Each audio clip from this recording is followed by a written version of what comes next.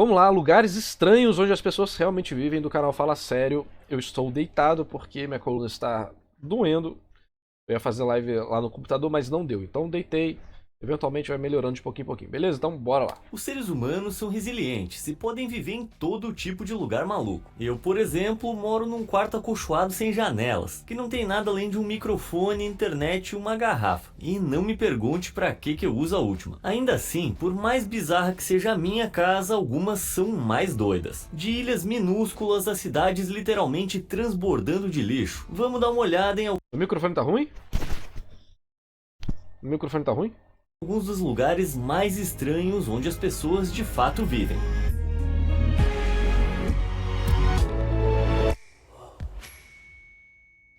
O Grande Fedor. Na primeira vez que você ouve falar de Manshiat Nasser, pode parecer um sonho. Localizada no ensolarado Cairo, no Egito, Manshiat Nasser tem baixo desemprego, moradias extremamente baratas e uma população que se descreve como geralmente feliz. O único problema, a cidade está Nossa, confia.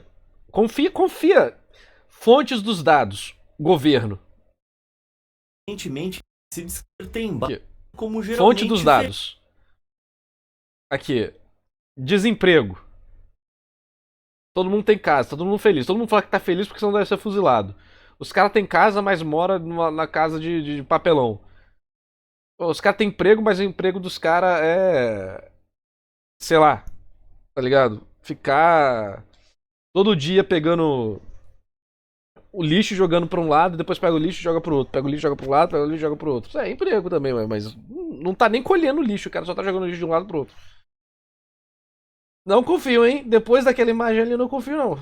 Feliz. O único problema, a cidade está permanentemente enterrada no lixo. Não se pode ter tudo, né? Sacos de lixo, garrafas quebradas, jornais rasgados, Eu tô muito feliz nessa cidade, nossa senhora. compensados descartados, latas de metal, embalagens, todas as sujeiras da humanidade fluem livremente por Manshiat Nasser. Que lugar bonito! Quero visitar. A razão pela qual essa cidade de lixo existe é que o Cairo, apesar de ser uma cidade importante, com uma população de 20 milhões de pessoas, nunca investiu em um sistema avançado de gestão de resíduos. Por causa disso, coube aos cidadãos individuais se livrar do lixo deles. Mas à medida que a cidade crescia, os moradores Que vontade de fazer um turismo. começaram a ficar sem lugar para despejar esse lixo, até que Manshiat Nasser se tornou o depósito não oficial de lixo da cidade. Caralho! Um bairro, uma cidade virou depósito de lixo de outra cidade. E as pessoas que viviam lá assumiram a responsabilidade. Não é incomum que os moradores de Manshiat Nasser batam de porta em porta no Cairo coletando lixo, que depois levam de volta para suas próprias casas. Isso os levou a serem apelidados de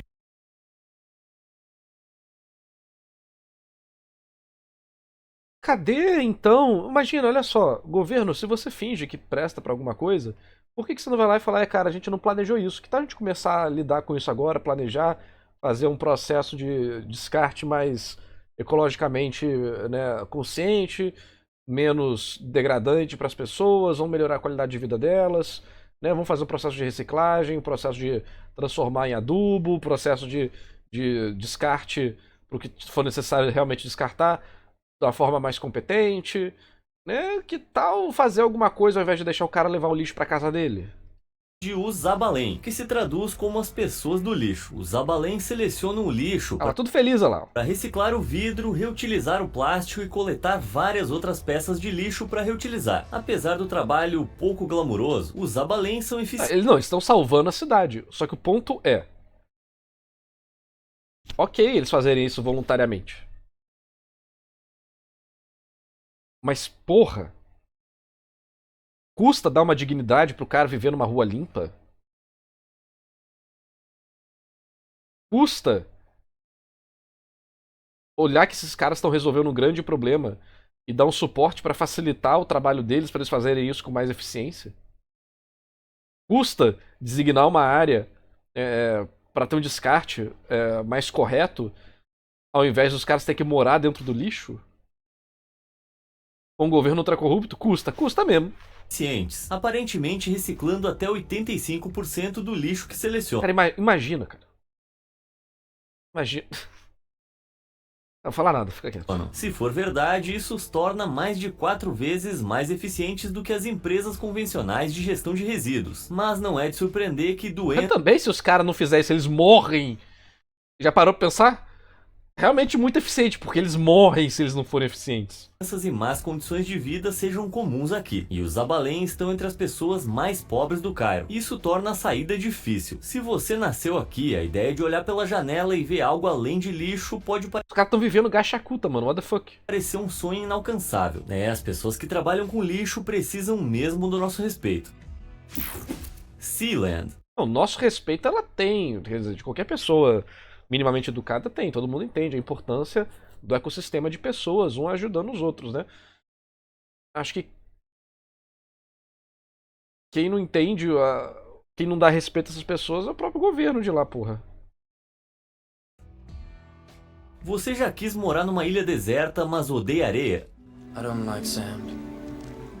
Bom, Anakin, então deixa eu te apresentar o Principado de Sealand. Majestoso, né? O que você tá vendo é uma plataforma de metal na costa leste do Reino Unido, que tem apenas Bem famoso esse lugar. 0,4 hectare de área, ou 0,0038 km². A plataforma, anteriormente conhecida como Fort Ruffs, foi uma das várias construídas durante a Segunda Guerra Mundial pelos britânicos para fins defensivos, mas foi desativada em 1956, quando não era mais útil. Vários anos depois, em 1967, a plataforma foi tomada por Perry Roy Bates, ex-major do Exército Real Britânico. Bates então declarou o Principado de Sealand independente do Reino Unido. Se levarmos Sealand a sério, ela é a menor nação do mundo, e com uma ampla margem. Atualmente, a cidade do Vaticano é o menor país, com apenas 45 hectares, mas isso ainda é 110 vezes maior do que Sealand. Eu disse se levada a sério, né? Porque, bom, a independência de Sealand não é reconhecida por nenhuma nação na Terra. Atualmente, apenas o príncipe Michael Bates, filho de Roy, e a sua esposa chamam Sealand de lar, embora admitam passar a maior parte do tempo em nações mais tradicionais. Também pudera, né? O país deles é do tamanho de um campo de futebol.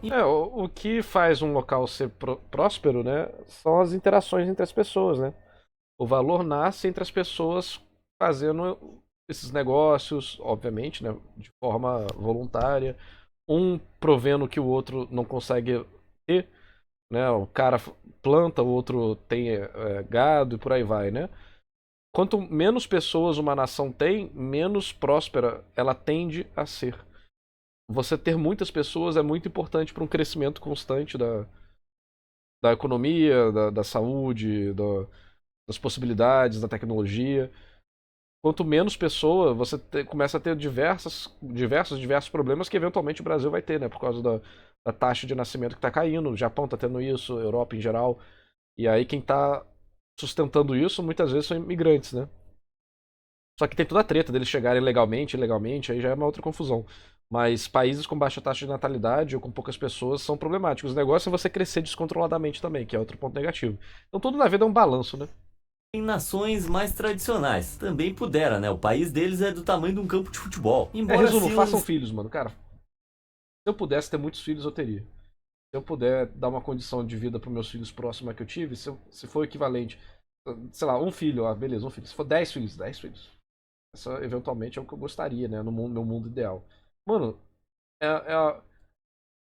eu pessoalmente não compreendo quem não segue o chamado da natureza, mano. Eu tô totalmente chamado da natureza. A natureza me chama para ter filhos. esteja aberta a visitantes, você precisa ser içado a bordo através de um guincho, e o interior do forte é bem modesto. Apesar do seu tamanho e população minúsculos, Sealand tem muitas coisas que você esperaria de uma nação Não dá, real. não tenho capacidade de pegar a mulher. Apareça aqui nas lives quando o assunto for paquera. E todas as vezes que eu dei dicas, as pessoas pegaram as mulheres. Mas o mais importante não é pegar a mulher. Isso aí é pegar a mulher. O negócio é você se tornar uma pessoa mais interessante, uma pessoa mais divertida, uma pessoa mais bacana, uma pessoa mais confiante, uma pessoa que tem hobbies interessantes, uma pessoa que vive uma vida legal. E naturalmente as coisas do seu interesse vão se aproximar. Seja mulher, seja dinheiro, seja outros homens. Se você for uma pessoa interessante, naturalmente as coisas vão acontecer. Passo número 1, saia do quarto. Vai viver do lado de fora. um brasão de armas, um conselho de turismo, sua própria moeda, o dólar de Sealand e até passaportes, que, de novo, não são reconhecidos por nenhuma nação na Terra. Sealand tem até a sua própria agitação política. Inclusive, semana passada a gente fez uma live e o cara chegou com dúvidas de como ficar com a garota que ele estava interessado.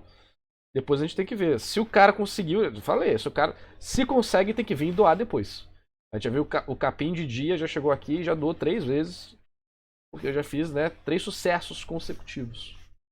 Em 1978, um grupo de mercenários tentou tomar Sealand, mas foi repelido pela família Bates. Ah, tá bom. Quando os invasores foram capturados, um diplomata alemão foi enviado a Sealand para negociar sua libertação. Perry Bates considerou isso alegremente como um reconhecimento do fato de que Sealand era de fato um país de verdade. O que você acha? Sealand é um país real ou os caras conseguiram dar um gotcha na Alemanha, né? apenas um pedaço de metal gigante no meio do mar? Ou talvez as duas coisas? Se você acha que é um país, clique no botão de curtir. Mas se é só um pedaço de metal, clique em inscrever-se. Já votou aí? Beleza. Pra onde é que a gente estava indo mesmo? Cenário subterrâneo. Tá pronto pra ver algumas casas que são uma verdadeira pedrada? Tá, antes que você perceba que esse foi mais um trocadilho horrível, o que você tá vendo aqui é a cidade de Coober Pedy, na Austrália. Parece bem deserto, né? Bom, isso acontece porque metade da população de Coober Pedy, que é de 2.500 habitantes, vive no subsolo. Casas, lojas e até igrejas foram lentamente escavadas. Isso não é tão incomum quanto as pessoas acham, tá? Existe uma... É na Turquia que tem, tipo, uma cidade colossal inteira debaixo da terra. Na rocha de arenito. Mas como é que as pessoas de Coober Pedy se tornaram verdadeiros homens topeira da vida real? Bom, é surpreendentemente... Sabe como o filho da puta descobriu? Quebrando o sótão dele. E o cara abriu um corredor que literalmente ia pra quilômetros e quilômetros e quilômetros de túneis. Bizarro. Simples. Há mais de 100 anos, Coober Pedy começou como uma cidade mineradora. A terra aqui tem uma rocha de leito rica em opalas, para a qual os mineiros correram tentando fazer fortuna. Às vezes, quando encontravam um pedaço de rocha especialmente rico procurando em diamante, opalas, isso. começavam a dormir e comer perto dela, para garantir que ninguém mais reivindicasse o território. Ao longo dos anos, e quanto mais fundo cavavam, isso levou lentamente à sociedade subterrânea e rochosa que você vê hoje. Embora as opalas tenham diminuído um pouco nos últimos anos, a cidade ainda produz ocasionalmente belas pedras preciosas. A outra razão pela qual morar no subsolo deve ser porque lá em cima é um calor infernal. Solo combina com as pessoas de Coober Pedy, e é o clima. Coober Pedy pode chegar a 45 graus no verão. E só isso? Tipo, só isso? Isso tava, sei lá, no início do ano tava essa temperatura aqui no Rio de Janeiro. O termômetro do Rio de Janeiro derreteu. Da praia, derreteu de tanto calor. O termômetro derreteu. Aqui chega a 50 graus de vez em quando. E cair para apenas 0 graus no inverno. No subsolo, essa mudança aí que é foda. Nem é o calor, essa mudança drástica que fode com todo mundo. As temperaturas são muito mais fáceis de regular. Isso acontece porque quanto mais profundo você vai, menos interferência há na temperatura natural do solo. Em Coober Pedy, as casas subterrâneas têm uma temperatura agradável e previsível de cerca de 22 graus. Os dutos de ventilação tá com o ar-condicionadozinho ligado.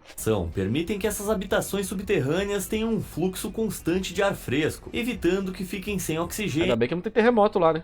Ou abafadas. Em sua grande maioria, os moradores de Coober Pedy projetam suas próprias casas. Se você tiver energia e tempo para esculpir um novo quarto de hóspedes, nada te impede de fazer isso. Mas de acordo com locais, isso levou a vários casos em que moradores empreendedores acidentalmente cavaram até a casa do seu vizinho. Aí fudeu, né? Tem que ter um mapeamento, pô. Cara, eu fico ansioso só de ter que pedir pro meu vizinho baixar o volume da TV. Imagina cavar um túnel até o quarto dele. Sozinho na rocha. Às vezes eu fico tão cansado da agitação da vida moderna que tudo que eu quero é escapar. Eu preciso de um lugar remoto, tranquilo, isolado. Ah, sim, isso aqui parece perfeito. Eu quero apresentar a você a ilha Elidae. Não, desculpa, é Elidae. O meu islandês tá um pouquinho fora de forma. De qualquer forma, essa minúscula ilha cênica é o terreno mais nordeste encontrado no arquipélago Westman, que consiste em 18 ilhas na costa da Islândia. A ilha toda mede apenas 45 hectares, o que significa que tem aproximadamente o mesmo Imagina tu vai jogar um futibas aí, chuta a bola, ela sai rolando e isso aí vai embora. Acabou-se. tamanho que a menor nação reconhecida anteriormente na Terra, a Cidade do Vaticano. Apesar de todo esse espaço, a Ilha Hélida abriga apenas uma residência, que alguns chamam de a casa mais solitária do mundo. Deixando o Achei que era tipo uma capela. nome dramático de lado, a residência na verdade não é um local permanente. Além disso, ela não foi construída por um bilionário como uma casa segura para um apocalipse zumbi. Não é a casa de férias da cantora Björk ou qualquer outro boato maluco da internet que você possa ter ouvido. A verdade sobre a Casa Solitária é que ela foi construída em 1953 por uma associação local de caçadores como alojamento temporário para eles. Parece um pedaço de terra que o mundo girou aleatoriamente. A gente tá no Minecraft, mano.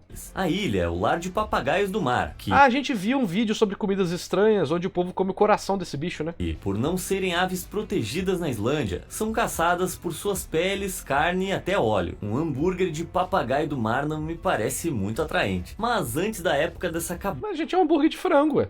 cabana solitária de caçadores, Hélida era o lar de 5 famílias inteiras. Essas famílias sobreviviam pescando e criando gado, mas a última delas deixou a ilha na década de 1930. Embora a cabana não tenha residentes permanentes, ela ainda contém muitos quartos e pode ser alugada por algumas noites. O que você vai ter que descobrir é como é que se chega lá e encontrar algo para fazer enquanto Ou tu chega de helicóptero ou de barco. Mas o que deve ser mais assustador pra mim de estar numa ilha dessa é a questão do vento, né? É uma região bem ao norte ali da Europa, deve ter um vento bem forte, deve ser gelado. Dá pra fazer uma festona e tal, dá pra fazer o que você quiser, né? Dentro da casa, fora de casa. Mas eletricidade, você tem que verificar esse tipo de coisa, né? Das baterias, dos geradores. Deve ser uma aventura, né? Assim, uma aventura no sentido de você ir com a sua esposa ou namorada, fazer loucuras e ir embora, porque não tem muita coisa pra fazer de fato lá. estiver nesse passeio. Você sempre pode O começar negócio de tomar uma chuva aí deve ser uma bosta completa. As fotos, tudo no sol, né? Ai que beleza, o solzinho, o solzinho. Imagina uma tempestade nessa porra desse lugar. a caçar papagaios do mar, se você for um monstro. Não tem... Qual o problema? Monstro? Você come frango, filhote. Você come vaca. Então, porra, vai caçar papagaio do mar. A mesma coisa de caçar frango, galinha. Túmulo doce túmulo. Você consegue imaginar ter um quarto do mesmo tamanho de um caixão, bem Isso aí lá no Japão é normal, né? Tem uns hotéis que a galera dorme e o negócio é literalmente um caixão. vindo ao Só que tem uma TV LCD no teto, acho que é a única diferença. pesadelo de viver em um dos apartamentos caixa de sapato de Hong Kong. Essas são unidades habitacionais subdivididas É pior ainda, né? Porque o outro é um hotel e são tipo várias urnas, é como se realmente fosse um necrotério. Só que é tudo tecnológico, né? Um hotel baratinho e tal. Isso aí já é mais barra pesada no sentido que lá né, tem esse mega bairro chinês bizarro aí. É tipo uma cidade colossal apertada num prédio. levadas ao extremo, onde dezenas de pessoas vivem em um único quarto. Cada apartamento minúsculo pode ter apenas 1,5 metro quadrado. Isso é um décimo de uma vaga de estacionamento normal. Até mesmo os prisioneiros de Hong Kong vivem em celas mais espaçosas. Na prisão Stanley, os prisioneiros vivem em celas de 7 metros quadrados, 5 vezes o tamanho de alguns apartamentos caixa de sapato. E eles ficam todos apertados também. Pisos com apenas 37 metros quadrados, aproximadamente do tamanho de um apartamento de 2 quartos em Nova York, podem abrigar até 18 pessoas. Isso significa que esses apartamentos muitas vezes se estendem apenas até um colchão, o que explica porque às vezes são chamados de apartamentos caixão. Para viver dessa forma, os moradores desses apartamentos minúsculos precisam armazenar seus pertences em ganchos ou prateleiras, às vezes penduradas em outra cama acima de suas Isso é uma... seus pertences em ganchos ou prateleiras, às vezes Eu acho que isso é uma imagem de inteligência artificial. penduradas em outra É uma imagem de inteligência artificial. Ou com um filtro bem forte. Mas aqui a ponta da Colgate tá esquisito. O Soccer também tá esquisito. cama acima de suas cabeças. Em alguns apartamentos caixa de sapato, os inquilinos podem ter a sorte de ter paredes entre suas unidades. Alguns têm apenas telas de arame, que nem gaiolas de cachorro. A Mas água o tinha que um negócio que tava em letra ocidental e depois em chinês, é um negócio estranho. Não é um ângulo, não, acho que é IA. Eu acho que é IA mesmo. Um artefato aqui. Essa lata de cerveja bem estranha.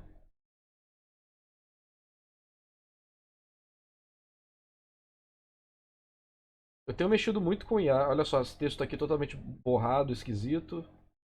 Isso aqui foi feito com 9 meses em atrás. alguns apartamentos Isso aqui deve ter sido feito ou no Flux ou no Midjourney desses novo. apartamentos minúsculos precisam armazenar seus pertences em ganchos ou prateleiras, às vezes Ou tem uns que são focados. Olha só, cara.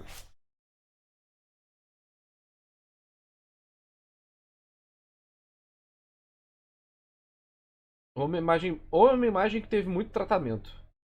Mas eu penduradas acho que em é assim, cara. outra cama acima de suas cabeças. Em alguns apartamentos caixa de sapato, os inquilinos podem ter a sorte de ter paredes entre Talvez não de IA, mas uma imagem feita pra ilustrar a situação, tipo, alguém no Photoshop foi lá e fez, sabe? suas unidades. Alguns têm apenas telas de arame, que nem gaiolas de cachorro. Mas o que levou a essas terríveis criações? Bom, em Hong Kong, o mercado imobiliário é um bem precioso. Isso ocorre porque apenas 1/4 de Hong Kong é considerado adequado para o desenvolvimento. Isso significa que há uma enorme demanda por propriedades. E as pessoas que possuem propriedades em Hong Kong perceberam que dividi-las em pedaços pequenos e depois alugá-las é muito mais lucrativo. Afinal, por que cobrar uma família por um apartamento quando você poderia cobrar 12 pessoas para viver no mesmo? Isso é uma distorção que acontece lá na China por vários motivos, né? Inclusive, lá na China é proibido você ter investimento. As pessoas investem em apartamento e coisas do tipo. E aí as empresas começaram a construir apartamentos vazios, sem nada, sem escada, sem elevador, sem sistema de água, sem eletricidade. Você criou várias cidades fantasmas colossais. São milhares e milhares e milhares e milhares de apartamentos vazios que fazem os cálculos daria para abrigar todas as famílias da China. Só que tudo isso foi criado em locais que não tem infraestrutura, tipo no meio do nada, porque as pessoas compravam por investimento, não para morar. Eles compravam imaginando que no futuro eles poderiam vender. E aí, quando descobriram que esses apartamentos eram um bando de nada, isso foi que quebrou a Evergrande, que era a segunda maior construtora incorporadora da China. E por isso o mercado chinês até hoje está tendo vários colapsos lá internos que não são divulgados, porque é ditadura. Mas eventualmente a situação vai complicar para muita gente. Mesmo espaço. E falando de custos, você pode Teve até achar uma que corrida aos bancos, o governo chinês congelou dinheiro da galera, foi uma merda, deu? Muita gente perdeu tudo nessa brincadeira. unidades tão pequenas seriam baratas. O Brasil Mas não tá muito longe não, hein? Depois verifiquem o dinheiro esquecido, entre aspas, e procurem o que é exatamente isso. até um apartamento caixa de sapato pode custar $1.300 de Hong Kong por mês. Embora isso se traduza em cerca de $166 dos Estados Unidos, temos que lembrar que o salário mínimo em Hong Kong é de aproximadamente $765. Então quase 1/5 dos seus rendimentos é gasto alugando esse espaço super pequeno. Em 2023, há cerca de 220 mil residentes vivendo em habitações subdivididas como essa. O governo de Hong Kong declarou que pretende tornar a habitação uma prioridade e acabar com os apartamentos caixa de sapato até 2049. Vai sim, né? Vai sim. Caralho, político não presta pra nada, mano. Portanto, apenas tempo suficiente para mais 2 gerações de crianças crescerem neles. Que beleza, hein? Vida apertada.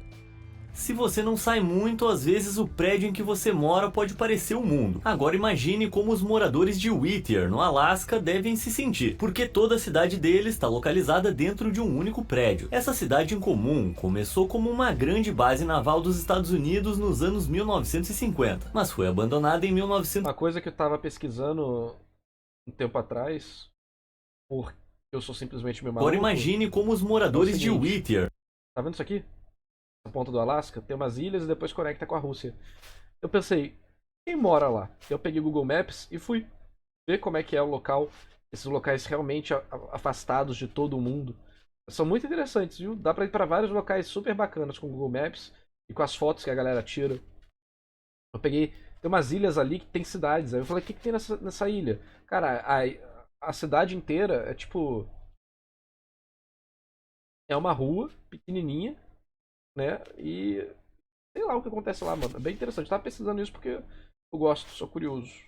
No Alasca devem se sentir, porque toda a cidade deles está localizada dentro de um único prédio. Essa cidade em comum começou como uma grande base naval dos Estados Unidos nos anos 1950, mas foi abandonada em 1966 quando deixou de ser estrategicamente útil. Nos anos que se seguiram ao abandono, Whittier lentamente se transformou em seu próprio ecossistema habitável à medida que as pessoas se mudaram. Foi comprada pelos moradores em 1973 e hoje tem uma população de aproximadamente 214 pessoas. A cidade de 14 andares, com um único A outra telhado, cidade que eu vi devia ter umas 50 pessoas no máximo. tem tudo que você pode desejar da sua comunidade local, incluindo lojas, um serviço postal, um hospital, uma igreja, uma lavanderia e até um hotel. A escola fica em um prédio separado em frente à residência principal e é conectada Já por parar um pra pensar túnel. como é que deve ser a vida nesses lugares? Tipo, é um paradigma completamente diferente do nosso, né? Todo mundo se conhece. As coisas meio que não podem dar errado nesse local. Se dá errado, dá muita treta. Então dá até pra imaginar contar uma história sobre um lugar desse. Deve ser interessante, né?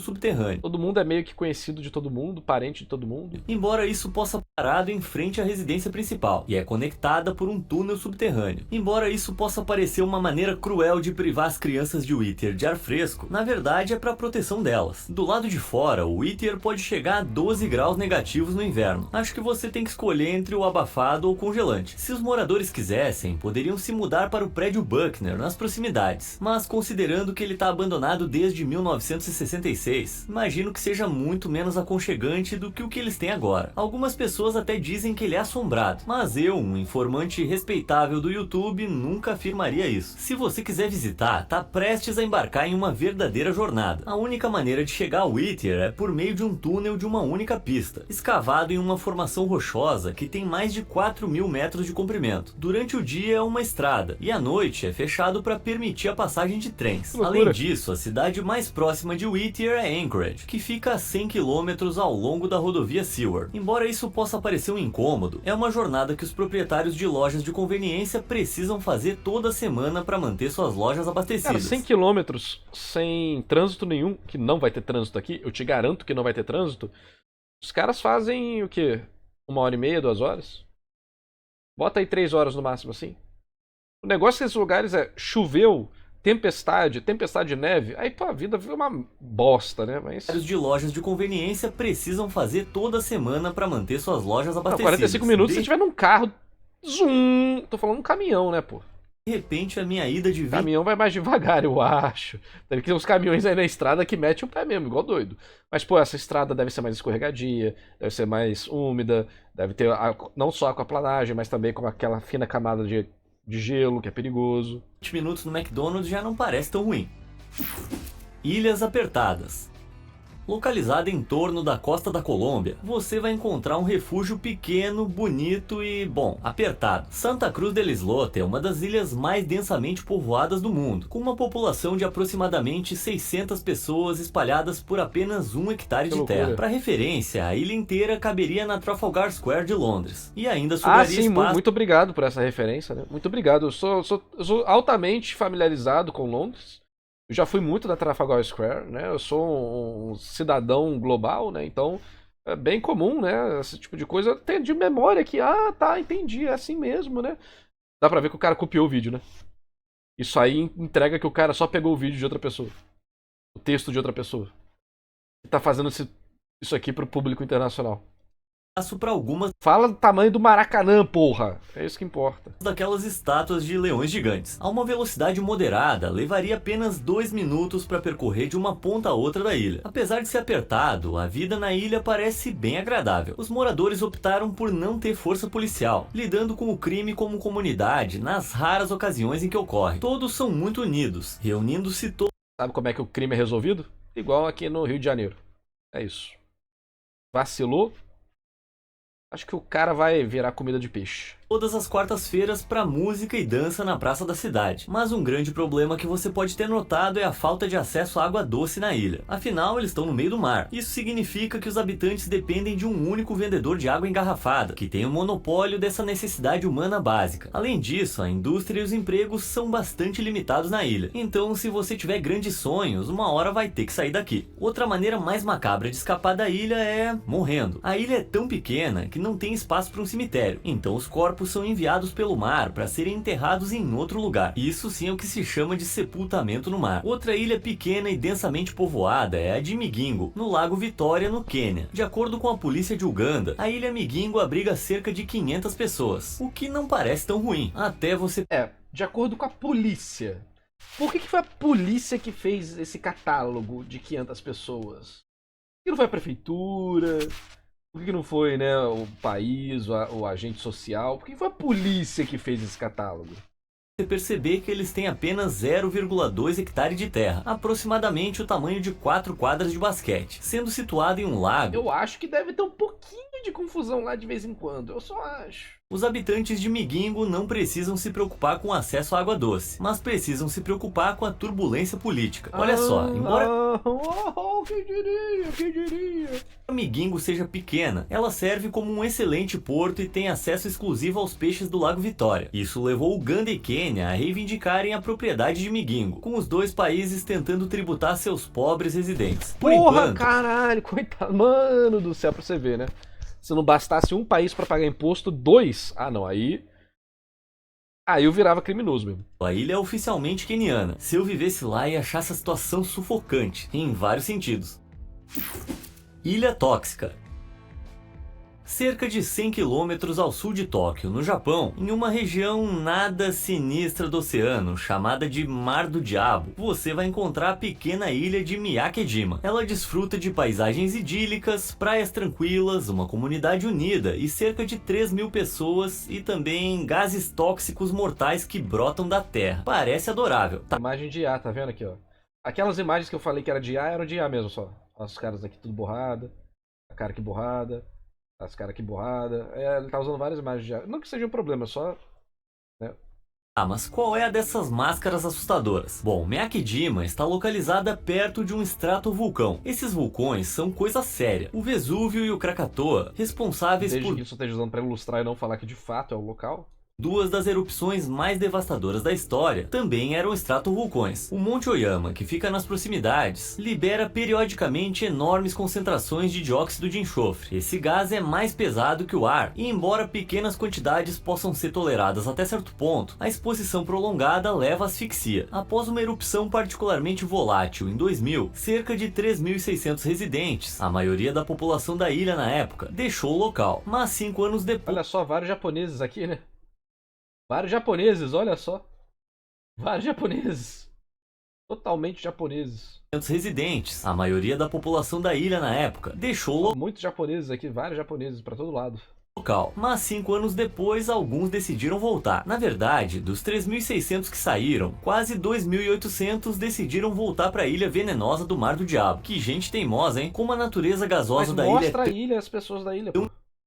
imprevisível e perigosa, os moradores de Miyakejima são obrigados a carregar máscaras de gás o tempo todo. E sim, eu quero dizer o tempo todo. Sempre que tem um cheiro de algo suspeito no ar, sirenes de aviso começam a tocar por toda a ilha. Os moradores então colocam suas máscaras e continuam suas vidas. O que? Você achou que o mundo ia parar por causa Não é fake, né? Mas não é da ilha. de um gás tóxico mortal? Os moradores da ilha levam uma vida relativamente normal, trabalhando na agricultura, indo pra escola, se casando. Eles só precisam usar as máscaras de vez em quando. Se você quiser visitar Cadê? a ilha, também vai precisar comprar uma máscara de gás. E é aconselhável fazer um exame médico respiratório antes de chegar lá, só para ter Outro japonês ali, né? Aquele senhor, um óbvio senhor japonês. certeza de que os seus pulmões aguentam. Considerando que eu já fico Qual que é o nome da ilha? quero dizer que Vamos sair Vamos fazer uma pesquisa decente aqui. prolongada leva, embora também eram Cadê? Qual que é o nome? fruta de país de Tóquio, no Japão, em uma região nada sinistra do oceano, chamada de Mar do Diabo, você vai encontrar a pequena ilha de Miyakejima. Miyakejima.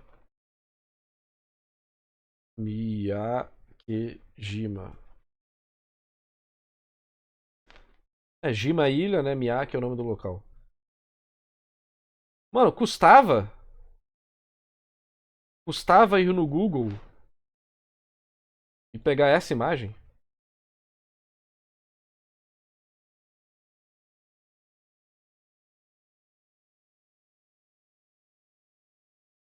Custava ir no Google pegar essas imagens? City. Eu vou colocar a cidade. Aqui o cara pegou ainda a imagem de IA que outra pessoa fez.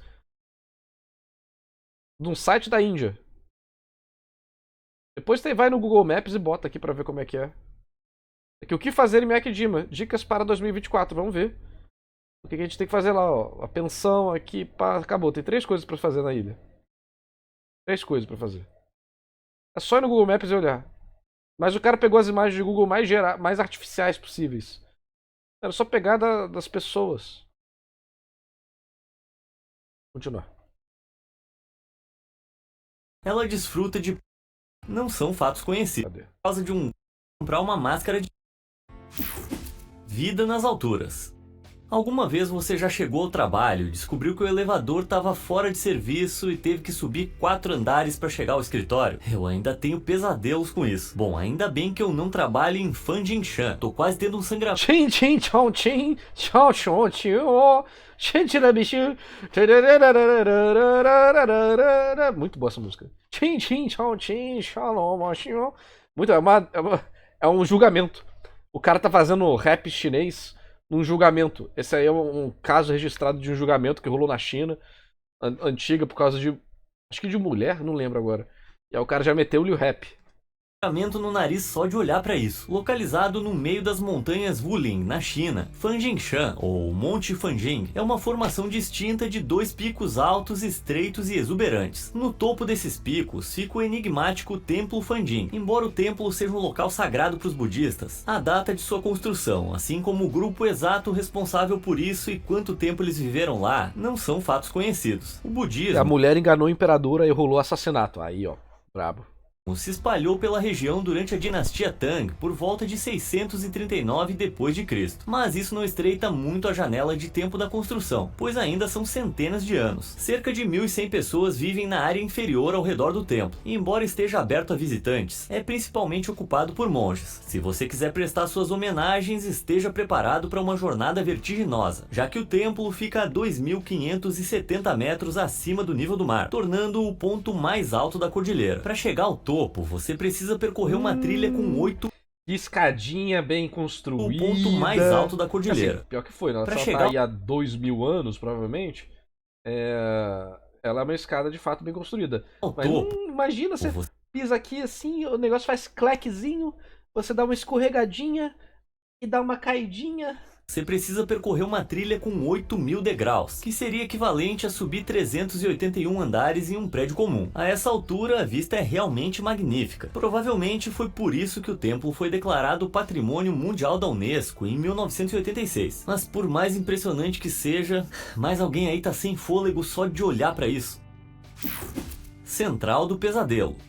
Centralia, no estado americano da Pensilvânia, é uma pequena cidade tranquila aninhada entre as grandes colinas do estado. Ela é calma e serena, mas sua característica mais interessante é que está constantemente em chamas. Tudo começou em 1962, quando Centralia era uma cidade comum com um problema de lixo. Os moradores estavam usando as antigas minas abandonadas como depósitos de lixo. O que poderia dar errado, né? Um pouco de chorume, alguns gases tóxicos, né?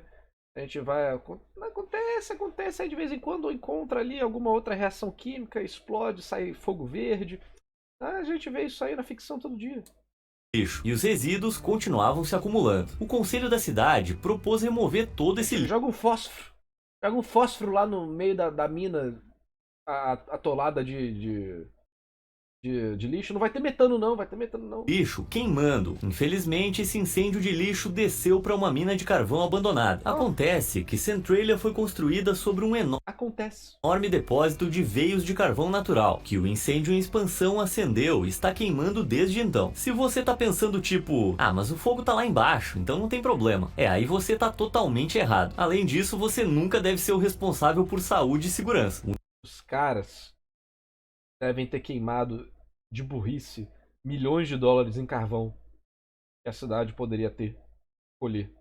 E minerar, no caso. O incêndio subterrâneo ainda está queimando a ponto de a fumaça sair literalmente do chão, e ela contém altos níveis de monóxido de carbono, um gás inodoro que é mortal para os humanos. Como você pode imaginar, estar acima de um local subterrâneo em chamas não foi vantajoso para a infraestrutura ou os moradores de Centralia. Estradas e edifícios. Virou literalmente não foi vantajoso para a infraestrutura. Um mapa de Diablo 1. É o mapa de Diablo 1, caralho. Que você entra na catedral e vai descendo até encontrar o Diablo. É literalmente o mapa do negócio. As árvores mortas em volta.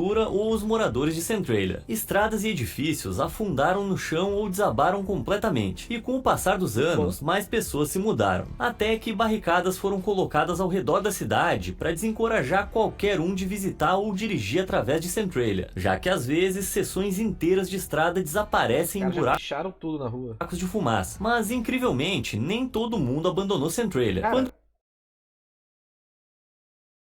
Olha como a vida real é mais louca que a ficção, né? A cidade que tá pegando fogo constantemente. E... Isso aí, mano, imagina se isso aí é tipo... a gota d'água no barril. Vai fazer transbordar, que o negócio vai se conectando até o centro da Terra, queimando até... Vai ser o que vai conectar todas as camadas e fazer a Terra ficar completamente instável e explodir. Quando o incêndio começou em 1962, a cidade tinha uma população de cerca de 3.000 pessoas. Segundo o censo mais recente, apenas 5 pessoas continuam morando em Centralia, tornando-a quase, mas não completamente, uma cidade fantasma. Então por que essas pessoas ficam? Talvez elas gostem do isolamento? Ou são apenas velhos e teimosos demais para sair? Talvez o censo tenha são pessoas que eventualmente vão morrer, né? Porque você não tem contato, você não tem, tipo, imagina, você quebrou a perna, o que você vai fazer? Como é que você vai ser resgatado lá? É muito mais difícil, né? São pessoas muito loucas que eventualmente vão morrer. Estado fantasmas. E ninguém vai saber. Qualquer que seja o motivo, parece que Centralia em algum momento vai se tornar uma carcaça do que costumava ser, antes de desaparecer completamente no chão. Portanto, não é assim um mercado muito bom para vendedores. A cidade do buraco. Cara, os caras conseguiram jogar milhões de dólares no buraco, literalmente. A cidade inteira. Não só o carvão, mas a cidade inteira.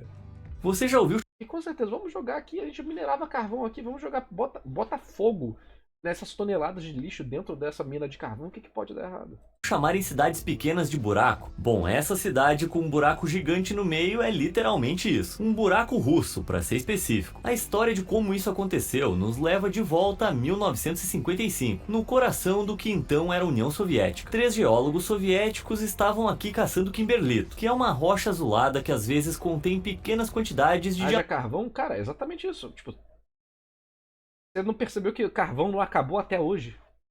Desde o início da humanidade até hoje, as pessoas continuam usando carvão em quantidades exorbitantes e não acaba. Haja carvão. Diamantes. Em vez de algumas pedras, eles descobriram um dos maiores depósitos naturais de diamantes na União Soviética. A notícia sobre o solo rico em diamantes se espalhou rápido, o que levou à formação de um pequeno assentamento chamado Mirny, na área que em algum momento cresceu e se tornou uma cidade inteira. O grande buraco no centro da cidade é o resultado da expansão da mina de diamantes ao longo de anos. Na década de 1960, Mirny estava produzindo 10 milhões de quilates, ou 2.000 quilos de diamantes por ano. Infelizmente, essa mina de diamantes secou em 2011, deixando os moradores com um grande buraco para resolver. É o segundo maior buraco feito pelo homem no mundo, medindo incríveis 525 metros de profundidade e 1.200 metros de largura. Isso torna 3 vezes mais profundo que o Monumento de Washington, e com 11 campos de futebol de largura. É um tremendo buraco. Na verdade, o buraco de Washington, e com 11 campos... Tá usando campo de futebol americano. Porra, o cara literalmente chupinhou o vídeo do gringo. Campos de futebol de largura. A menos que ele seja um canal que faz vídeo pra várias línguas, né? Tem isso também. É um tremendo buraco. Na verdade, o buraco de Mirny é tão grande que há uma preocupação que seja um risco. Inclusive esse cara que é só um locutor, não é o cara que escreveu o roteiro, não é nem o dono do canal. Para aviação. Isso acontece porque se um buraco... O roteirista com certeza não é, mas o dono do canal provavelmente não. Tem chance de ser, mas provavelmente não. O buraco é profundo o suficiente, que certamente é o caso da mina de Mirne. A Terra começa a aquecer o ar dentro dele. À medida que o ar aquecido sobe, o ar quente terrestre desloca o ar mais frio acima do buraco. Acredita-se que esse movimento de ar possa interferir potencialmente ou até mesmo sugar pequenas aeronaves, como helicópteros, para dentro do buraco, mas isso nunca foi comprovado. Então, lembrem-se, crianças, da próxima vez que você achar que a sua cidade é terrível, lembre-se de Mirne. Casa no penhasco. Você pode ficar surpreso em saber que eu sou um ávido escalador de rocha. Sim, acontece que anos jogando World of Warcraft, navegando na internet, me deram... Viu, o meme de World of Warcraft é muito mais impactante e importante nos Estados Unidos. Força de aderência Na incrível. Europa. Mas mesmo assim, com as minhas habilidades impressionantes, eu não consigo imaginar como é que é viver aqui. O templo pendurado de Hengshan, em Shanxi, na China. Não, seus olhos não te enganaram. Esse é realmente um enorme templo pendurado na beira de um penhasco, aproximadamente 78 metros do chão. A estrutura é sustentada por centenas de barras e postes, que foram cravados no lado do penhasco. Passagens sinuosas esculpidas na própria rocha levam a diferentes salas e áreas do templo. Essa é uma decisão de design tanto estilosa quanto funcional. A altura do templo o protege de enchentes, enquanto o interior cavernoso o protege dos ventos fortes. Porra! Não, o cara tirou do cu isso aqui da enchente. Nem fudendo. Mano, que enchente é essa? De que é do tamanho de um prédio inteiro, de 10 andares, Não te enganaram, no mínimo. Esse é realmente um enorme templo pendurado na beira de um penhasco. Que enchente é esta? É uma enchente diluviana, né? Acabou o mundo com enchente desse tamanho. Isso aí é o dilúvio chinês, né? Porque de onde os caras tiraram que protege contra enchente? Isso aqui não deve ter água há milhares de anos. Aproximadamente 78 metros do Que, porra, 78 metros de enchente, cara, tá maluco? chão. A estrutura é sustentada por centenas de barras e postes, que foram cravados no lado do penhasco. Passagens sinuosas esculpidas na própria rocha levam a diferentes salas e áreas do templo. Essa é uma 300 do templo, é principalmente cavernoso, protege dos ventos fortes e da luz solar intensa. O exterior do Olha a altura disso aí. templo é principalmente de madeira com alguma alvenaria. Esses materiais rudimentares, juntamente com Melhor prevenido que remediar, porra, né? Realmente. sinais gerais de envelhecimento, situam sua construção em algum lugar. Imagina, o negócio vai dando um crackzinho ali, um crackzinho aqui, daqui a pouco você sabe, né? Parece no jornal. Entre 386 e 534 depois de Cristo. E Aí, ó. dizem ter sido lugar Eu tinha entre visto isso antes. 386 e 534 depois. Eu tinha visto isso antes, mas eu acabei não comentando, mas aqui eu vou comentar. CE, Current Era, era atual. Os gringos não usam antes e depois de Cristo. Eles falam que é muito religioso. Aí eles usam antes, BC, BCE, Before Current Era, e CE, Current Era. Então esse vídeo aqui é completamente chupinhado de gringo, ou é um vídeo gringo que estão oficialmente trazendo pro Brasil, mas não importa. Porra, eu sou brasileiro. Eu quero antes de Cristo, depois de Cristo. Cavaleiros Templários, univos. Depois de Cristo. E dizem ter sido construído por um Às vezes é suficiente pra alguém nos comentários falar narrador, então quer dizer que você é Red Pill? Não, cara, só tô fazendo uma piada, pelo amor de Deus. único monge chamado Liao Han. Uau, se isso for verdade, imagina a força desse cara. Curiosamente, em vez de ser dedicado a uma única fé, 3 religiões separadas são Porque provavelmente confucionismo, taoísmo e budismo. representadas dentro do templo: o confucionismo, o budismo e o taoísmo. Não se Mané, vai falando dele. sabe se o templo foi originalmente construído para ter várias denominações ou se foi É o original Big Tree, né? alterado para acomodar outras crenças ao longo do tempo. Até hoje, monges Na China, essas 3 grandes religiões. Ah, o confucionismo não é uma religião, sei que, cara. É muito mais confuso do que parece. Eu escutei um chinês falando sobre isso durante 2 horas. É uma bagunça do garai. de cada fé chamam o templo de lar e Marrogara, me salve, Marrogara! praticam suas crenças Eu lá. tô coringando com esse vídeo já. O templo esteve em estado de deterioração por séculos, mas em 1900 um esforço coletivo foi feito em nome do povo chinês para Em nome do povo chinês, sabe o que significa, né? Ou tu trabalha ou toma bala, filha da puta. restaurá-lo à sua antiga glória. Por isso, hoje ele está aberto a visitantes. Imagina convencer um Vamos desviar uma grana aqui, obviamente, né? grupo de pessoas a gastar seu tempo e dinheiro para restaurar um Dublado, com certeza. 100%. antigo templo chinês. Eu não consigo nem convencer meus colegas de quarto a rachar uma pizza. Colega de quarto. E no Brasil tem colega de quarto, porra. Isso é cultura americana. E essa foi a nossa coleção de lugares realmente muito Não loucos pega, para se né? viver. Vídeo interessante, mas eu tô coringando, cara. Tô ficando maluco. Tô ficando maluco. Eu já... Me salve, Marrogara! É isso que eu tenho a dizer pra vocês. Vamos pro próximo. Dá play aqui nas notificações.